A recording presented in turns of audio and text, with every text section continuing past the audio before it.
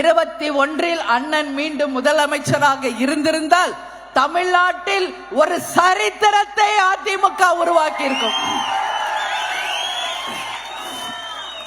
பொதுவா நம்ம கிரிக்கெட்ல சொல்வோம் ஹேட்ரிக் வெற்றின்னு. அண்ணன் 2021 ஜெயிச்சிருந்தா அதிமுகவுக்கு ஒரு ஹேட்ரிக் விக்டரியாக இருந்திருக்கும். ஒன்னும் குறைச்சல் இல்ல. 2021 வர வேண்டிய வெற்றி 2021 நிச்சயமாக தேமுதிக அண்ட் அதிமுக கூட்டணியில ஒரு மாபெரும் வெற்றி கூட்டணி அமைந்து மீண்டும் அண்ணன் எடப்பாடியார் அவர்கள் முதல்வராகும் நாள் வெகு தொலைவில் இல்லை என்பதை இந்த நேரத்தில் உங்கள் அனைவருக்குமே நான் சொல்றேன். ஏன்னா 2011 இதே கூட்டணி தான் அமைஞ்சது.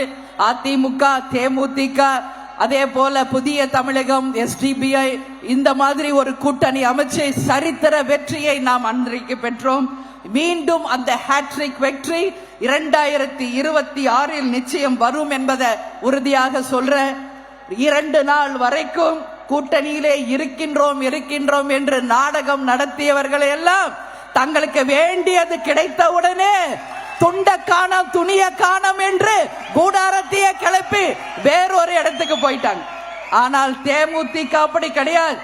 ஒரு வார்த்தை சொன்னால் அந்த வார்த்தையில் உறுதியாக இருப்போம், இறுதியாக இருப்போம், நம்பிக்கையாக இருப்போம் என்பதை இந்த நேரத்தில் நான் சொல்றேன்.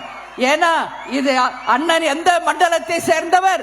கொங்கு மண்டலத்தை சேர்ந்தவர். அவருடைய அமைச்சர்களும் கொங்கு மண்டலத்தை சேர்ந்தவர்கள். கொங்கு மண்டலத்துக்காரர்கள் மரியாதை மிக்கவர்கள், அன்பானவர்கள், அதே போல நம்பிக்கைக்கு பாத்திரமானவர்கள் என்பதை ஒவ்வொரு முறையும் அண்ணன் நிரூபித்து காட்டிக்கிட்டு இருக்காரு. ஏன்னா எத்தனையோ முதலமைச்சரை நாங்கள் பார்த்திருக்கிறோம். உண்மையில் இதை நான் இந்த கூட்டத்தில் சொல்லும் அண்ணன் எடப்பாடியார் அவர்கள் அன்போடும் பண்போடும் மரியாதையோடும் மிக கண்ணியமாக இருக்கின்ற ஒரு சிறந்த உதாரணம் என்பதை இந்த கூட்டத்திலே நான் பெருமையோடு அவர் பற்றி நான் சொல்றேன். அவர் கூட இருக்கின்றார்களே அமைச்சர் பெருமக்கள் அத்தனை பேரும் இந்த நாட்டுக்கு சிறந்த உதாரணங்களாக தான் புரட்சி தலைவர், புரட்சி தலைவி அண்ணன் எடப்பாடியார் அவர்கள் வழி நடத்தி கொண்டு இருக்கிறார்கள். அதனாலதான் சொல்றேன், கேப்டன் வளர்த்த கட்சியும் நியாயத்திற்கும் தர்மத்துக்கும் தான் நாங்கள் துணை நிற்போமே ஒழிய ரவுடிசத்திற்கோ கொலை கொள்ளைக்கோ நாங்கள் நிச்சயம் துணை நிற்க மாட்டோம். ஒரு வார்த்தை சொன்னால் சொன்னதுதான். துளசி கூட வாசம் மாறும், தவசி வார்த்தை மாறியதாக வரலாறு கிடையாது.